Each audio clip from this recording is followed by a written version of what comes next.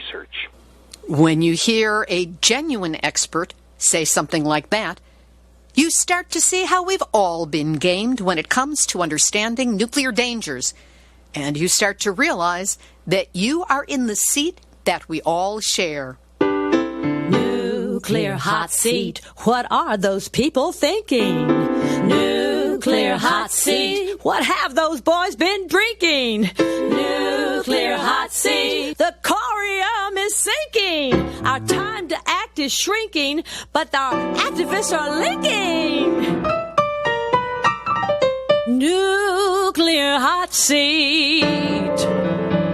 It's the bomb. Welcome to Nuclear Hot Seat, the weekly international news magazine keeping you up to date on all things nuclear from a different perspective. My name is Libby Halevi.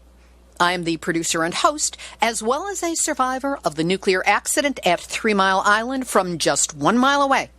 So I know what can happen when those nuclear so-called experts get it wrong. This week, we revisit an interview with Joseph Mangano, Executive Director of Radiation and Public Health. Joe is an expert researcher and epidemiologist whose examination of medical statistics in the areas around nuclear reactors reveal a much different picture of the health impact from radiation than the nuclear industry wants you to know.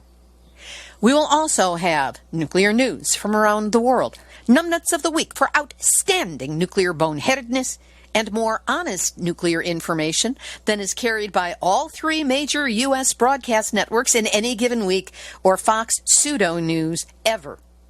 All of it coming up in just a few moments. Today is Tuesday, June 25th, 2019, and here is the week's nuclear news from a different perspective.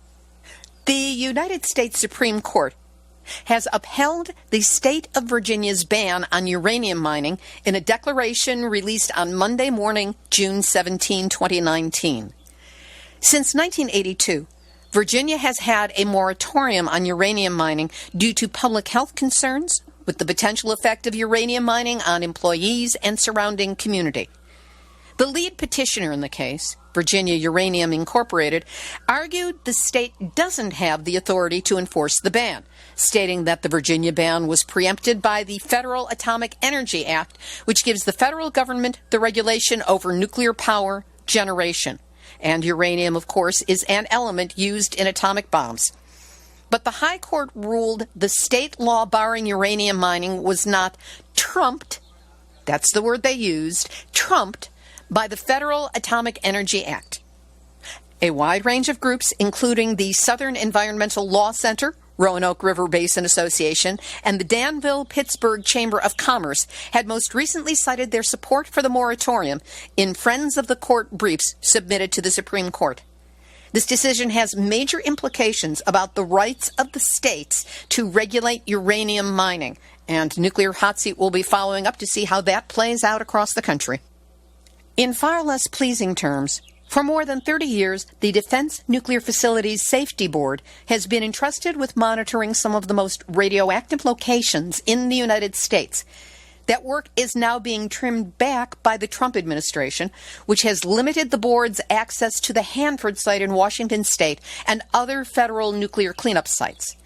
This could potentially lead to engineering and safety problems being ignored because those troubles could be inconvenient for a federal government stuck in a decades-long and very expensive slog to clean up Hanford and other sites throughout the U.S. At Hanford in southeast Washington state, the Defense Board and its on-site inspectors have had significant roles in making sure a huge and troubled radioactive waste vitrification plant is meeting technical and safety standards. At stake is the prevention of future safety disasters and crippling equipment breakdowns in highly radioactive areas that can hamper cleanup at Hanford. This change in Defense Board access accompanies other recent efforts by the Trump administration to adjust its approach to the cleanup of harmful wastes. In one case, the administration, through paperwork, is seeking to reclassify some highly radioactive waste at Hanford with a less dangerous designation, a move that would cut costs and shorten timetables, but do nothing to mitigate the dangers. Also, the Trump administration has attempted to lower cleanup appropriations for Hanford and other Department of Energy sites, including the Idaho National Laboratory and Savannah River site, though Congress has had some success in fighting the proposed cutbacks. The whole mega issue of nuclear waste, highly radioactive nuclear waste, and what to do with it has been exploding, you should pardon the term, in media. From Omaha, Nebraska, comes word that the decommissioning of the Fort Calhoun nuclear plant is going to be speeded up to save time and money, though the storage containers will remain on the site indefinitely. Note that when it comes to decommissioning a nuclear reactor, saving time and saving money are not necessarily the first priorities when long-term safety should be the focus. The Oyster Creek shutdown in New Jersey is warning that it could leave high tasks along with giant casks of dangerous radioactive fuel. Paul Berkowitz, a local resident who lives within 3 miles of Oyster Creek, put it succinctly when he said, "Nobody would agree to have a power plant anywhere, in any community, if they were going to have the next generations live with the waste. But indeed, that is the case."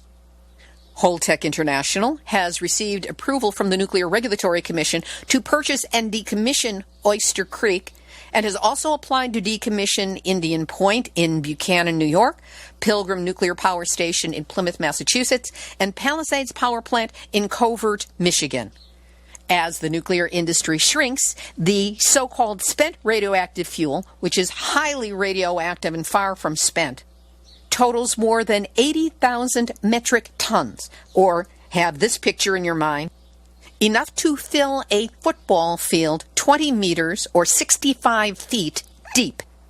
Now that 3 Mile Island in Middletown, Pennsylvania is definitely closing at the end of September 2019, they're revealing that it could take nearly 60 years and $1.2 billion to decommission the facility, with the nuclear waste sitting in storage between the 2 units' cooling towers for the foreseeable future. Note that companies such as Holtec International and Westinghouse Electric Company are interested in buying up closing plants, including 3 Mile Island, so they can disassemble them promptly, meaning rush and take shortcuts that are not necessarily in the interest of long-term safety. But by doing so, they can keep what is left in the decommissioning trust fund when the process is complete. So fast equals more money, and to hell with the people who live in the areas. But hey, they say they can do the job of decommissioning in not the 60 years that are predicted, but in some cases as little as 8 years. I can't even imagine the dangerous situation that would be left behind. And when it comes to what people in the local community can face as a result of having had a nuclear reactor and having it shut down, consider Maine Yankee, which is off the coast of Wiscasset, Maine. Maine Yankee stopped producing power in 1996. That's 23 years ago. But yet, the owners of the shuttered nuclear power plant pay armed guards to watch 60 cement and steel canisters loaded with decades worth of spent nuclear fuel, each weighing 150 tons. The cost? $10 million a year. And that is a cost that would not be covered by leftover decommissioning funds. It would be just sucked up by Holtec, Westinghouse, or any other company that says they can do it lickety-split. Holtec has been pushing hard for the creation of a so-called interim waste storage facility in New Mexico, and the state of New Mexico is having none of it. U.S. Congresswoman Deb Haaland of New Mexico cited her opposition to storing high-level nuclear waste in New Mexico in a letter to the U.S. Department of Energy and the U.S. Nuclear Regulatory Commission. In her letter, she cited operational and logistical risks that pose a risk to the state and said, "The concept of an interim storage facility is inherently flawed because it will result in waste being moved twice, first to the interim facility and then to a permanent repository. This increases the chances that the waste will be involved in an incident during transportation." And indeed, as if to prove her point, On Wednesday, June 19, a train carrying military munitions and hazardous materials derailed near a northeastern Nevada town. While it is being put out that, luckily it turned out that nothing hazardous was released into the air or the ground, after the 23 cars derailed, first responders were being released from the wreck site and were decontaminated for good measure. So nothing hazardous happened, but we're decontaminating just in case. In a case of he said, the New York Times published an article suggesting that Nebraska's Cooper nuclear station has seen its communications networks hacked by the Russians. The story went on to say that Nebraska Public Power District was informed by federal officials in 2017 about a hacking campaign that targeted U.S. nuclear plants, to which NPPD spokesman Mark Becker said, "Nobody got into our system," with no further information to back that up. On Thursday morning, June 20th, residents throughout the southeast were startled by an alert of a radiological hazard warning in Georgia. The Georgia Emergency Management Agency said the alerts, which came through on phones, radios, and televisions around 7 a.m., were part of a test. But the alerts did not say this is only a test. Residents in Alabama, Florida, and South Carolina all reported receiving this alert. Epidemiology has not yet been done to determine the number of heart incidents at local hospitals as a result. And now, Nuclear hot seat, nuclear hot seat, nuclear hot seat, numbnuts of the week. This week's Numbnuts focuses on Victoria, the great-granddaughter of Katie the goat. And to understand what Victoria's story is all about, you need to understand about Katie. And yes, calling her a goat is literal, not pejorative. She was living on a farm 5 miles northeast of the Millstone nuclear power plant in Waterford, Connecticut, when her milk was donated to Dominion Energy, the operators of Millstone, for its environmental radiological sampling program. The milk was shown to contain exceptionally high concentrations of strontium-90, a carcinogen produced only in nuclear fission. With a concentration of 55 picocuries per liter in 2001, Katie's milk contained the highest level of strontium-90 ever detected in the state of Connecticut, perhaps the nation. It was twice the highest concentration recorded in milk sampled in Connecticut during the peak of atmospheric nuclear weapons testing in the 1960s. There were elevated levels of strontium-90, as well as strontium-89 and cesium-137. Katie was adopted by Mothball Millstone, and from 2006 until her death from inoperable cancer in 2012, she served as a standard bearer and an example of what can go wrong when one is exposed to radionuclides. Politicians refused to meet with her and representatives of the group. They refused to test her milk. They wanted to have nothing to do with her. When Connecticut's Department of Environmental Protection finally investigated this milk, they released a report absolving Dominion of any blame for radioactive strontium in Katie's milk, but did not offer an alternative explanation as to where that dang stuff may have come from. By the way, the Department of Environmental Protection commissioner who took responsibility for the report that exonerated Dominion was Gina McCarthy, who would later become head of the U.S. EPA's Air and Radiation Bureau, most specifically during the Fukushima emergency, when all the West Coast monitoring stations were turned off. But I digress. Katie was a mascot and a rallying point until her death in 2012, which was mourned internationally, including on this program. Now, Mothball Millstone has asked the state of Connecticut Department of Energy and Environmental Protection, or DEEP, to test the milk sample from Victoria the goat on May 27 for the presence of radioactivity. Victoria lives and munches grass 25 miles downwind of the Indian Point nuclear power plant. And DEEP is required by state law to monitor the environment downwind of nuclear power plants for the buildup of radioactivity, but it has no such monitoring program. The state's director of radiation, Jeffrey Semanchik, has refused to test Victoria's milk. He says nuclear reactor licensees are not required by the federal government to test goat milk more than 10 miles from a nuclear power plant, a point which is highly debatable. Here's the problem. DEEP is not a nuclear power plant licensee. Its allegiance is supposed to be to the public interest, not the nuclear industry. And note that Szymanczyk's prior employer was Dominion Energy. He was a Millstone 3 operator. And he's still a nuclear operator, though of a different sort. Here's the numbnuts part. Szymanczyk has forbidden Mothball Millstone from sending any more of Victoria's goat milk samples for deep lab analysis, saying that if they did, the samples would not be analyzed, but would be isolated as, quote, potentially hazardous materials. What? So according to Szymanczyk, everything is completely all right, even though it is potentially hazardous. Give it a rest. And that's why this week, on behalf of Victoria and her great-grandmother, Katie the Goat, Connecticut Department of Energy and Environmental Protection, or DEEP, and Jeffrey Szymanczyk, you are this week's Nuclear Hot Seat, Numbnuts of the Week.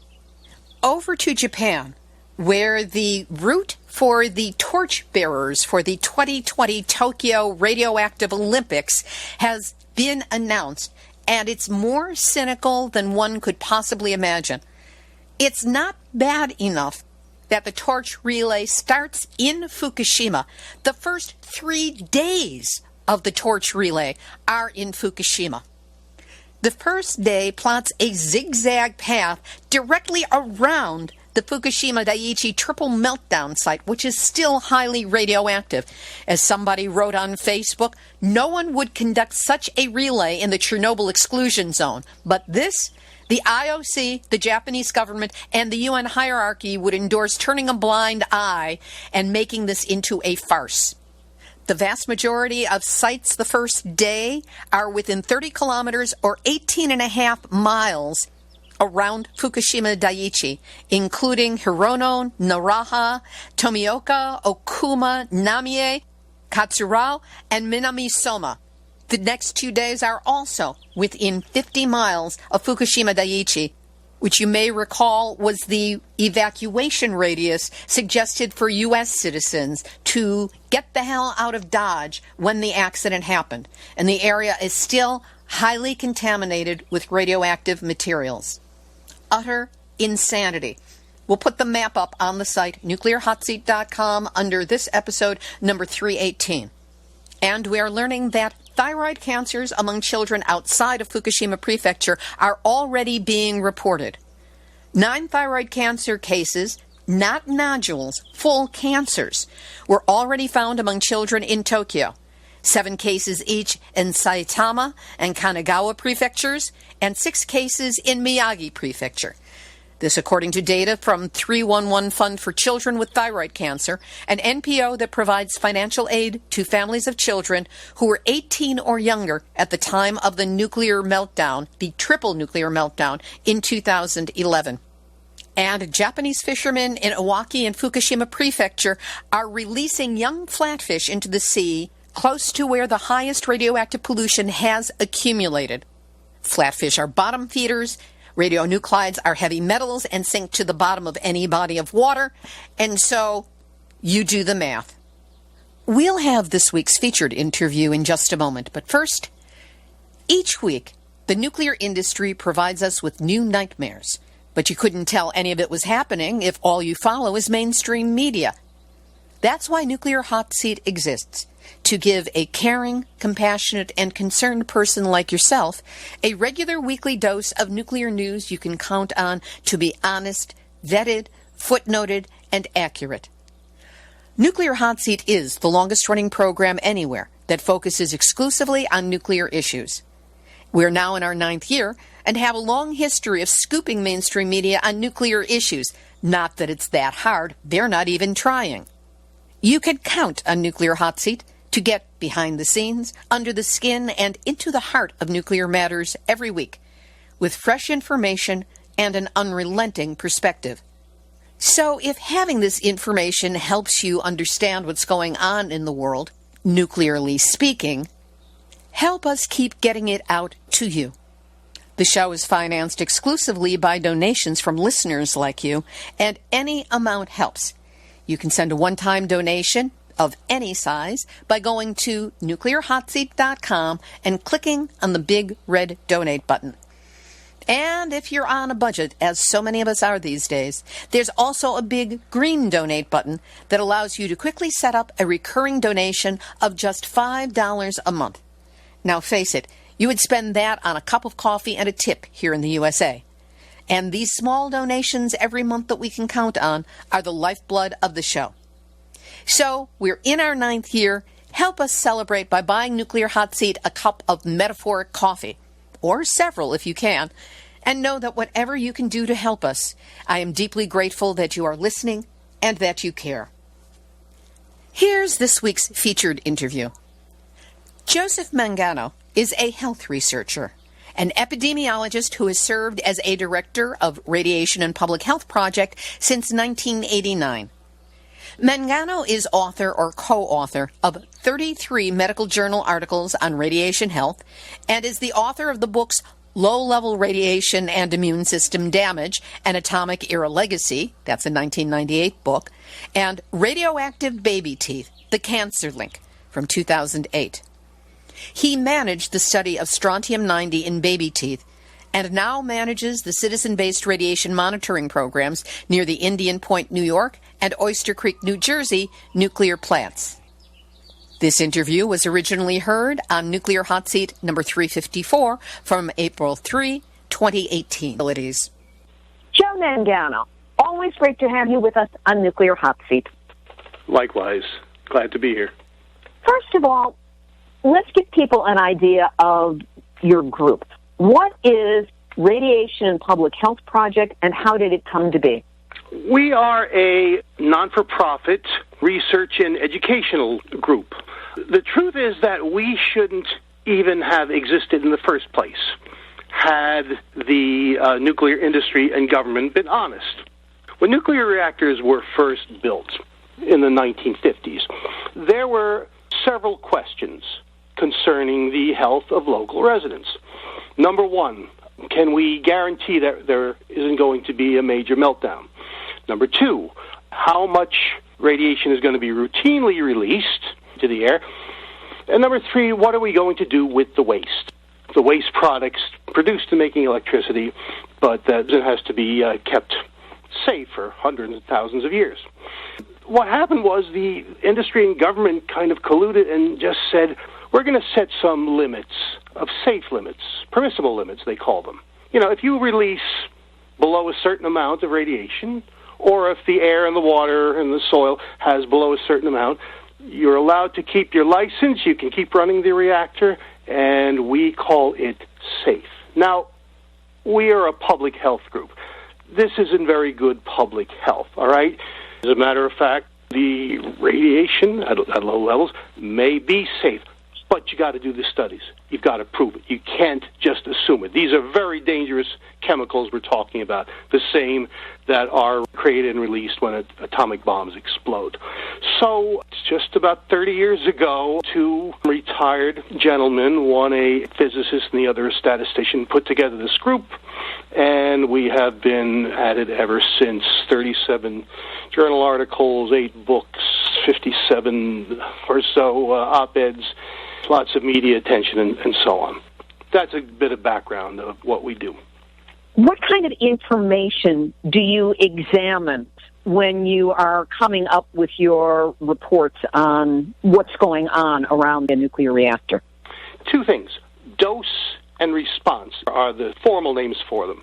By dose, we look at how much radiation is released from a reactor, how much exists in the local environment, the air and the water and the food, and the body.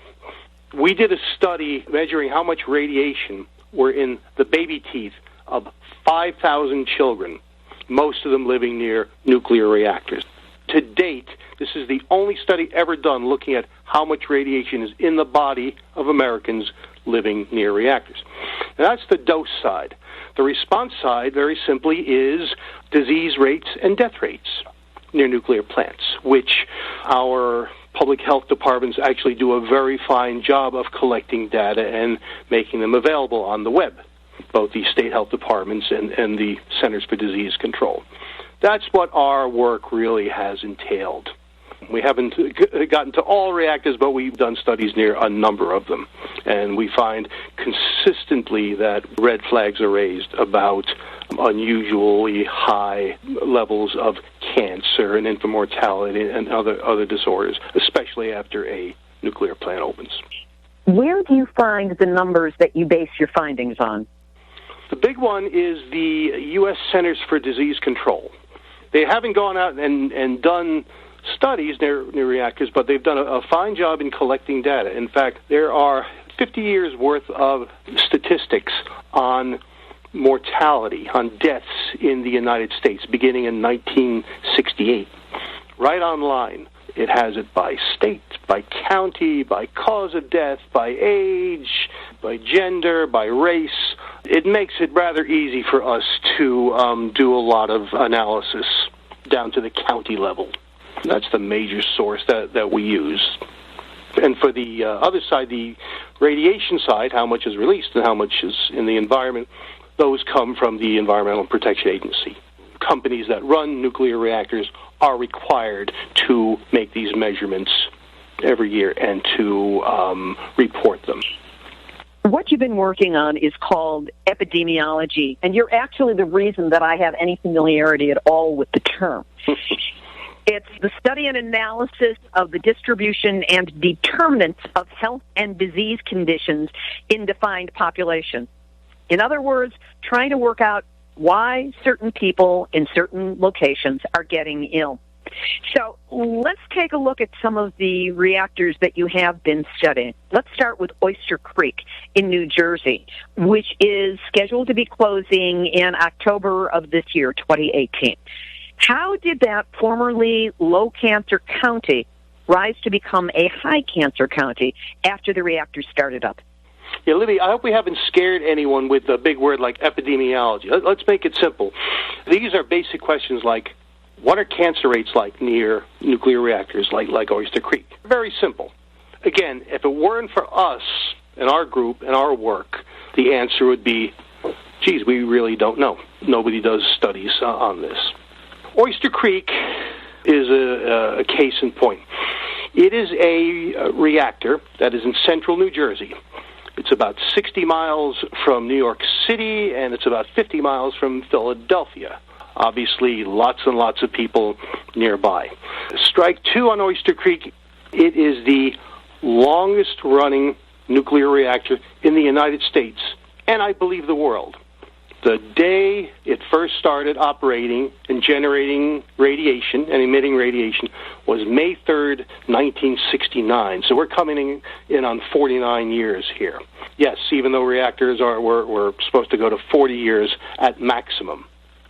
Point three with Oyster Creek is that even though the statistics on what was emitted from reactors are a little thin, unfortunately, the requirements are not very stiff because there are over 100 separate radioactive chemicals produced by reactors and emitted into the environment.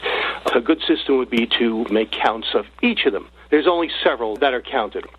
But one of them, iodine-131, we'll talk about it later. It's a chemical that affects the thyroid gland. It goes right, when it's drank in the water and eaten in the food or breathed in, these little metal particles go right to the thyroid gland where it attacks and kills cells and leads to diseases like cancer.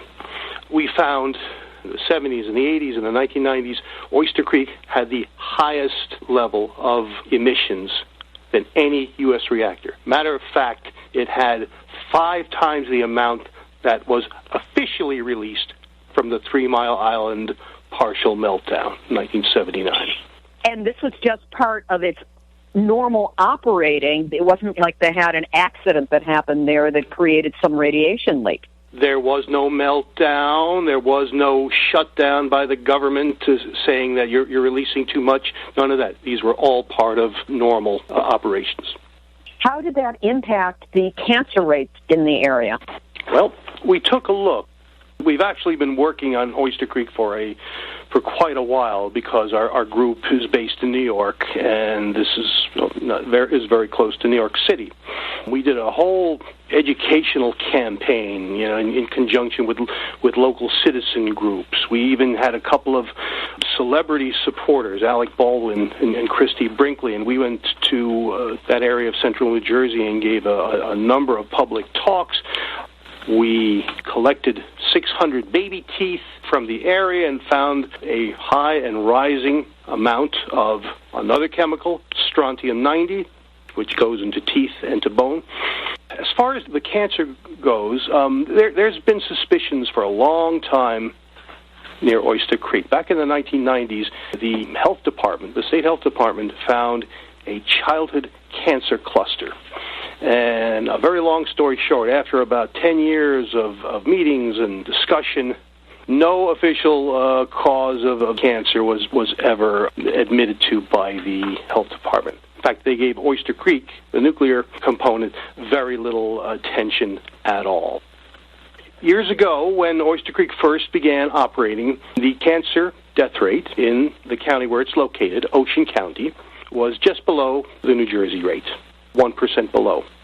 As the 1980s and 90s went along, it grew a couple of percent above the state rate, and in the 2000s, it was 8% higher. Now, going from 1% below to 8% above may not sound like very much, but let's turn it into real numbers and real people. If that original rate of 1% below the state had stayed, all these past 49 years, there would have been over 2,500 fewer cancer deaths in this one county. Okay, that's jaw-dropping. That 2,500 is a lot of people. It's a very populated county. It's about 600,000 in the county. We also found, too, that the largest increases occurred in the youngest residents in the area. We know, scientists agree, that while every human who is exposed to radiation is affected, the greatest harm is caused to the very youngest.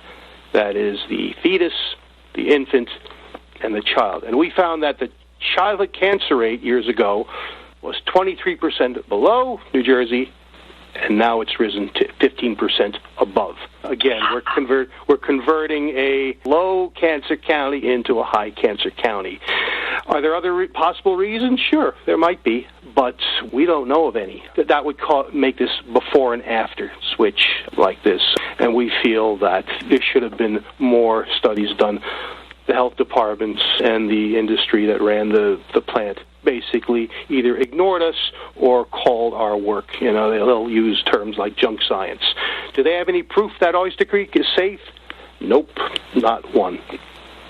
Given that this situation was found around Oyster Creek, are there other reactors where similar patterns have been found and where populations are suffering from similar consequences? Oh, sure. I could give you several, but the one I'll focus on is the other nuclear plant in New Jersey, and that's called Salem Hope Creek. It's a little different than Oyster Creek. Oyster Creek has one reactor. Salem Hope Creek has three. Oyster Creek is relatively small. Salem not only has three reactors, but each is about double the capacity of Oyster Creek. This is a big place. The reactors came online later than Oyster Creek, from the mid-'70s to the mid-'80s. Okay, so we did a similar study of Salem County, where this reactor is located. A little bit different. Oyster Creek is 600,000 people. Salem only has about 65,000 people. It's largely rural. Farming is the primary industry, if you will, which should mean that there's no real worry about industrial pollution in the area.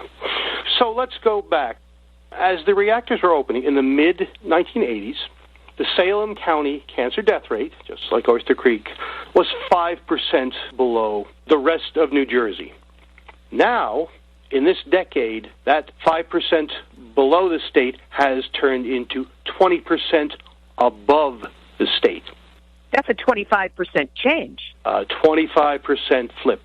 And once again, it is highest in children, in young adults, and in middle-aged adults, like we would have expected if nuclear emissions were a factor.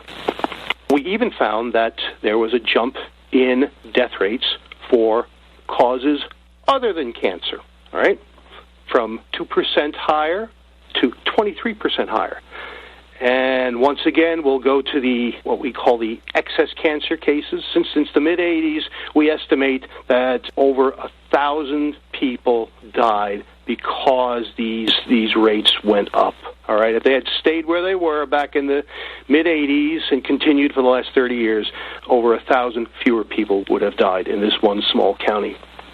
So we're getting a pretty clear picture that nuclear reactors under normal operating conditions create problems and have emissions and, according to the epidemiology, impact cancer rates and leads to an increase in them. But let's look now at what happens when there has been what the nuclear industry once upon a time assured us would never happen, which is an accident, meaning 3 Mile Island. And the nuclear industry is fond of saying nobody died at 3 Mile Island. Now there is a Facebook-based group, 3 Mile Island Survivors, that has over 4,000 members who identify with that label. And these individuals claim a wide range of health impact from that nuclear partial meltdown in 1979. And there are reports of a large number of deaths and illnesses within their own families and communities. What does the epidemiology tell us about what really happened as a result of the accident at 3 Mile Island? I'll start my answer by repeating what I said a few minutes ago, and that is the nuclear industry grabbed that slogan, nobody died at 3 Mile Island, almost immediately after the meltdown occurred, before there had been any chance to measure how much radiation was released, how much actually got into the water and the food and people's bodies, and so on. It was an immediate attempt to stifle any type of research. Even though I consider myself a health researcher and a non-political one, we all understand that this is a very, very highly politicized area. And the example I'll give before we get into our results involves two groups. The first group was some researchers from Columbia University in New York. They got some funding from a group that was commissioned by a judge after the 3 Mile accident. Their mission was to go and do some research on whether or not there was a connection between the radiation released from 3 Mile and cancer in the local area. Very simply, their answer was no. There was no association. And they published an article in the American Journal of Public Health. I mean, these are again, Columbia is a highly reputed university, and these are all, PhDs and physicians and so on. And they gave, in the articles, they gave the data that they used. Well, along comes a group from the University of North Carolina School of Public Health, which I happen to be a graduate of, headed by a gentleman, Dr. Stephen Wing, working with a group of his colleagues. Wing and the UNC people took the same data that the Columbia people used and came to a different conclusion. They only looked at lung cancer and leukemia within the 10-mile radius around 3 Mile Island, and they found a high increase. As a matter of fact, it's amazing to me that Columbia came to that conclusion of no link, because if you look at the number of cancers of people living within 10 miles of 3 Mile Island, and you compared 5 years before and after the meltdown, the number of cancers went up 60%, from 1,700-something to 2,800-something. Now, you don't need a PhD in epidemiology. You don't need an MD from Columbia or UNC to say, whoa, wait a minute, is this normally what happens in an area where our cancer's going up 60%? The answer, of course, is no.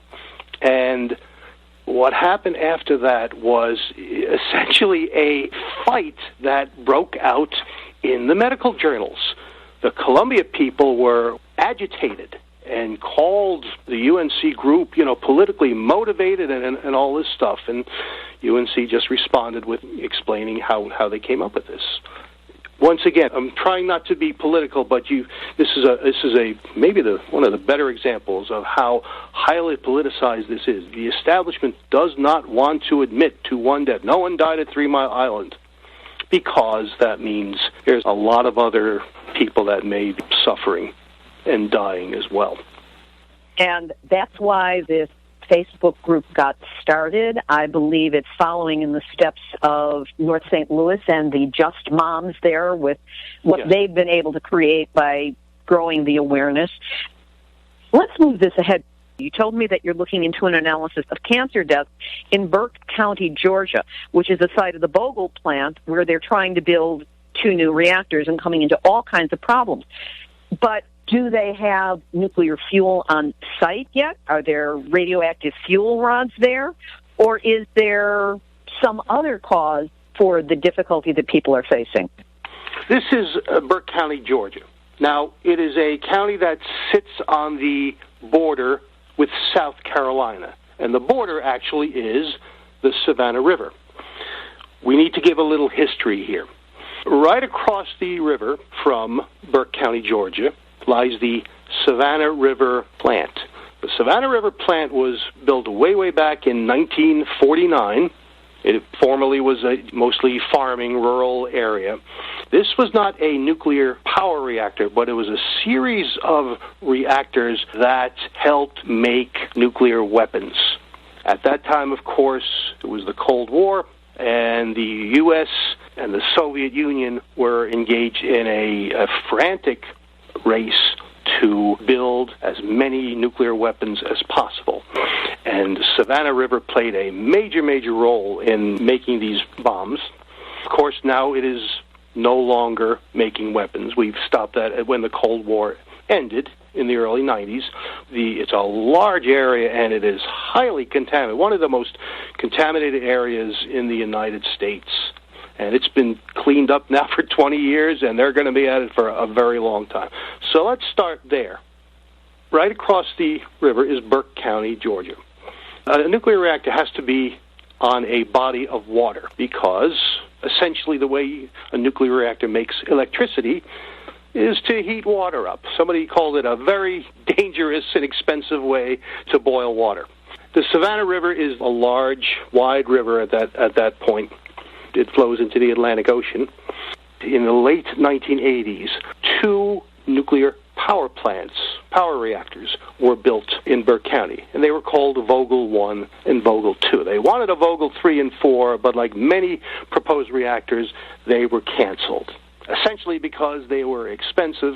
But of course, I always say that why are the reactors expensive? It takes a lot of money to build such dangerous machines.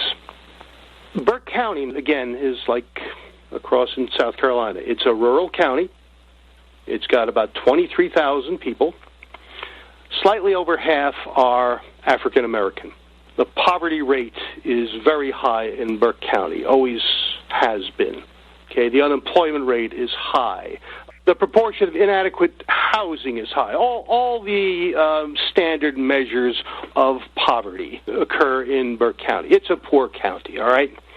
The idea of building these reactors in a formerly pristine area, of course, raises the question, did it do anything to the health of local residents?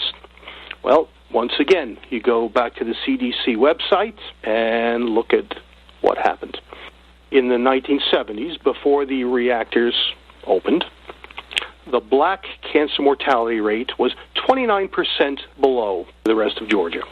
And that makes sense because we don't expect a lot of cancer in rural areas. We expect cancer, in areas where there are coal mines or in big cities with a lot of industrial emissions and so on. That number of 29% below now in the last decade is 15% above.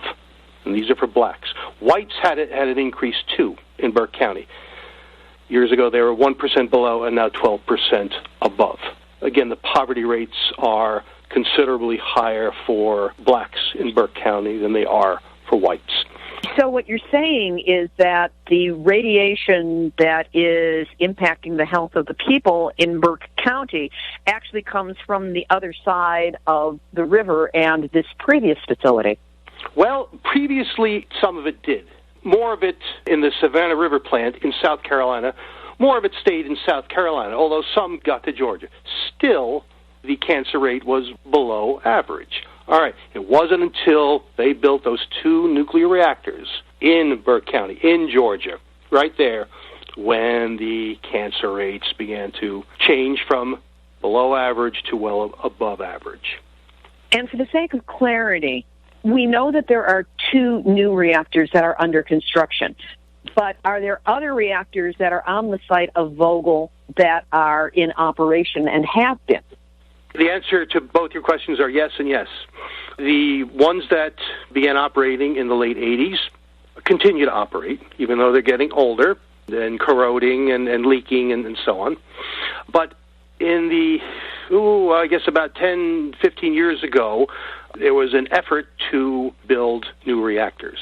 Building had stopped, essentially. The last approvals for reactors were in the late 70s because the people that financed it, the Wall Street people, understood it to be very expensive and very dangerous. So this nuclear renaissance, as they called it, began. And there was a lot of discussion in Washington, and all they did after years and years was, I think the number was $15 billion. Not to help build reactors, but in case a new reactor was built and they had to stop, that the builders would get their money back. There was a number of reactors that were proposed, like 20 of them. Almost every one pulled out. They said, you know what? We can't do this. This is going to take years and years to build these things. It's going to take a heck of a lot of money. We've got new types and safer types of energy like solar and wind. Forget it. An exception was the Vogtle plant, where reactors 3 and 4 were not completely built, but the building process began, I believe it was about 8 years ago. And there have been all these promises about when they're going to be finished and how much it would cost. Well, guess what? As the years go on, the expected year of opening keeps getting pushed further in the future, and of course the bill gets bigger and bigger. Right now, the construction is only about 1/3 done, and this is after about, I think it's about 8 or 10 years. That's very slow. That means it's going to take 20, 25 years or more to finish these things, and an ungodly amount of money. There is a very strong citizen-based effort to stop the construction, and there's a lot of people who believe that these 2 reactors will never operate. And of course, part of it is the idea of environmental injustice or racial injustice in this case, that you're picking on a very poor area with a large proportion of African Americans and putting these dangerous reactors, more of these dangerous reactors there.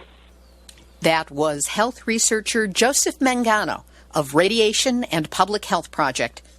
You can read more about his important work at radiation.org. Active shout-out. Kudos and hats off to 22 peace activists aged 30 to 87 who were arrested for blocking traffic or gates outside Bath Iron Works in Maine on the morning of June 22nd. Immediately before the christening of the new guided missile destroyer, the USS Daniel Inouye. The General Dynamics Bath Iron Works site has often been the target of demonstrations and protest by Global Network Against Weapons and Nuclear Power in Space and its co-founder, Bruce Gagnon, a Nuclear Hotseat regular interviewee. The group's work can be followed at nukes4peace.org, and that's the number 4, not spelling out 4. General Dynamics is one of the 28 companies targeted for financial divestment by the Netherlands-based Don't Bank on the Bomb program. This is for its role in building components of nuclear bombs. So hats off to the activists for standing up or sitting in for what they believe. And we've received a letter from Susan R. Gordon, who is coordinator for the Multicultural Alliance for a Safe Environment. This is a network of 5 grassroots groups working to oppose new uranium mining and advocates for cleanup of the radioactive and toxic legacy left behind in the Navajo Nation communities. She writes, on July 16, 1979, an earthen dam owned by the United Nuclear Corporation broke and released 1,100 million tons of radioactive uranium tailings and 94 million gallons of toxic wastewater into the Rio Puerco, contaminating the river for at least 80 miles. The spill remains the single largest release of radioactive material in U.S. history. Yet its effects on the health of the area's people and animals and harm to the environment has not been adequately studied by the government. Every July 16, for the past 40 years, as Edith Hood, a leader of the Redwater Pond Road Community Association on Navajo Nation, explains, we walk to the site and say healing prayers. We believe we need to support one another and cherish all our families and communities, just as our elders have. By working together with our combined intelligence and wisdom, we can address the legacy to provide a life of balance and harmony for our people and future generations. What can any of us do? We are being asked to consider sending a letter of support to the Redwater Pond Road community, recognizing their 40-year struggle to gain environmental justice through cleanup and health studies done in their community. If you are willing to send a statement, please address it to the Redwater Pond Road Community Association and send it in care of Susan R. Gordon. Her email address is Gordon at swuraniumimpacts.org. The request is for letters of support to be received no later than July 11 so that they can be included in the ceremonies. I'll, of course, have a link and further information up on the website, nuclearhotseat.com, under this episode, number 418. A little side note here. As is so often the case, any of the nuclear atrocities that take place on lands of poor people, native people, people of color, are ignored. And even within our own community, there are many people who do not know anything about the Church Rock uranium spill. I know I didn't until about 3.5 years into doing this show, when I first heard about it from Leona Morgan of the Dene people. Navajo Nation sent a letter of support to the people of 3 Mile Island on their 40th anniversary. While they are specifically asking for support from the 3 Mile Island community, any nuclear group around the world deserves to take their request for support very seriously. And I know it would mean the world to them to know that the world is listening and knows about what they have been suffering. So again, there will be further information on the website, nuclearhotseat.com, under episode 418.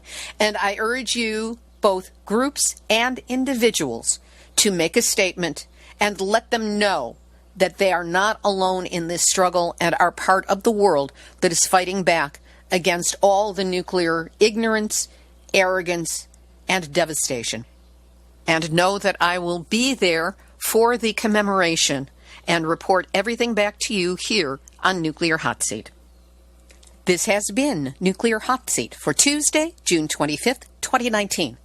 Material for this week's show has been researched and compiled from nuclear-news.net, deunrenard.wordpress.com, miningawareness.wordpress.com, Beyond Nuclear International, the International Campaign for the Abolition of Nuclear Weapons, or ICAN, lohud.com, omaha.com, app.cm, kitv.com, godonriver.com, crosscut.com, rgi.com, currentargus.com, CNN, exchangemonitor.com, CapitolHillSeattle.com, AL.com, National Nuclear Workers for Justice, mothballmillstone.com, nippon.com, Newsweek, nhk.or.jp, SundayGuardianLive.com, Bloomberg.com, and the misguided, short-sighted dolts at the Nuclear Regulatory Commission who don't understand what's wrong with burying 72 Chernobyls worth of high-level radioactive waste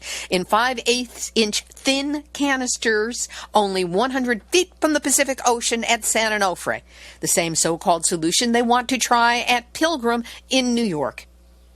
A big shout-out to all of you who are listening. We are in 123 countries on 6 continents around the world and counting. And Nuclear Hot Seat is also syndicated through Pacifica's AudioPort network. If you know of a radio station or blog or anywhere that would like to link to Nuclear Hot Seat and be able to get the program for free every week, please send an email to info@nuclearhotseat.com. You can find all of our back episodes at that same website. And if you want to search a little bit easier, you can add /blog to the URL and check back 10 episodes at a time. Haven't said this for a while, but I need to acknowledge my musicians. The theme song was written by me, but arranged and sung by Marilee Weber, with accompaniment by John Barnard, recorded at Winslow Court Studio in Hollywood. Now, if you don't want to have to mess around and try and figure out where in the world you're going to get Nuclear Hot Seat, you can get it delivered every week to your inbox via email. It's easy to set up. Just go to nuclearhotseat.com and look for the big yellow box. Everything's color-coded on the site. Yellow box. And you can sign up there for our weekly email link by just putting in your first name and your email address. I promise I won't sell it. I won't share it. I won't do anything with it except send you Nuclear Hot Seat and maybe notices of actions that are taking place. You can also participate in the show if you have a story lead, a hot tip, or a suggestion of someone to interview. I get many of my best leads by listeners reaching out to me and saying, hey, do you know about this? Because unless I'm made aware of something, I don't always know. So you can do this by sending an email to info@nuclearhotseat.com.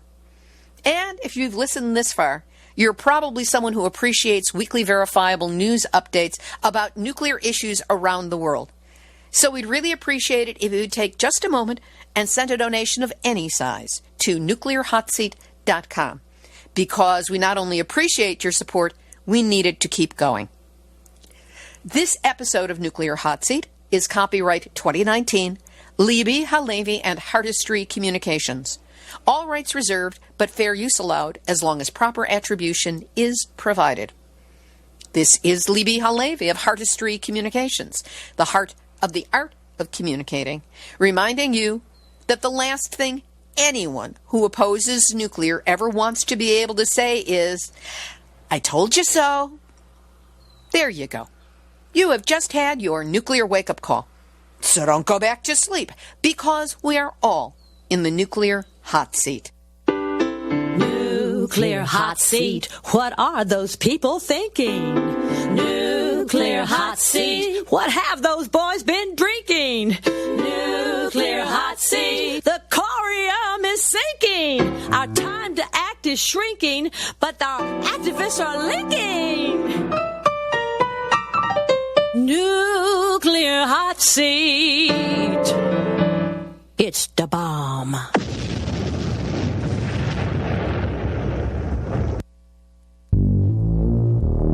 Question everything. Intelligent radio for intelligent people. UCY.TV.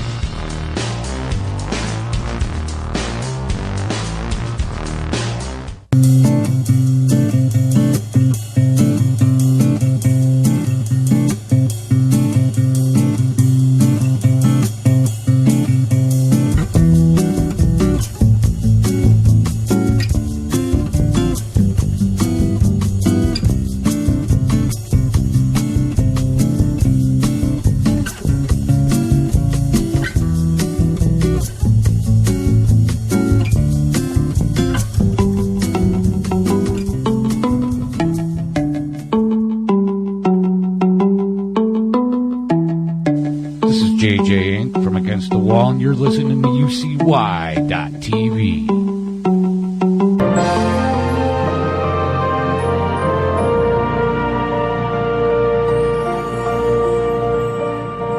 I I have seen the torch of freedom pass from hand to yearning hand, and the vision of our fathers spread hope throughout this land.